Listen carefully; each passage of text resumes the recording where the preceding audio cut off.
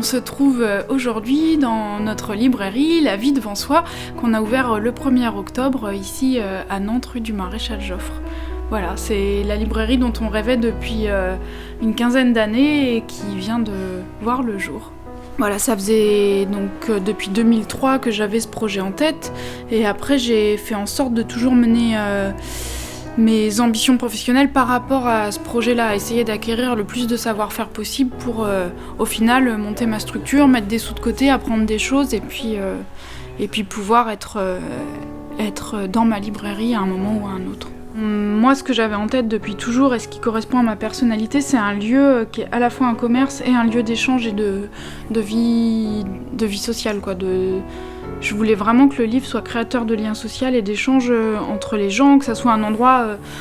où les gens passent en allant acheter le pain, même pas pour acheter un livre, quoi, où ils rentrent et qui disent « Ah, mais vous avez vu aux infos, il y a ça, il y a cet auteur qui sort un livre, voilà », et c'est ce qui se passe en fait au quotidien.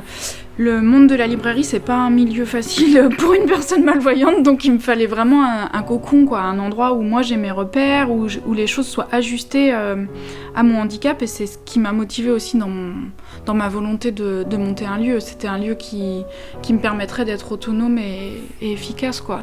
La fondation de la Banque Populaire, je l'avais repérée depuis 2003, depuis le début du projet à Marseille. En fait, je pense que c'est important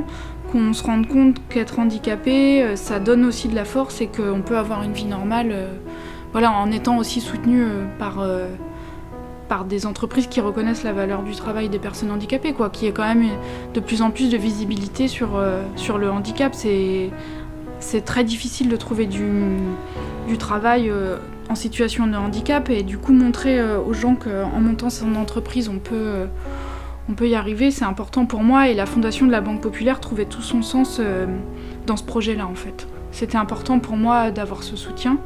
et puis financièrement ça nous a donné aussi une assise et un soutien qui est très important pour nous et qui permet d'avoir du souffle et de se concentrer vraiment sur le conseil, sur les animations, sur le cœur du métier, quoi. Alors on a choisi le nom La Vie devant soi, un peu comme on choisit le prénom d'un enfant, c'est-à-dire qu'on est plusieurs associés au capital. Moi je reste le porteur de projet principal, mais on est 14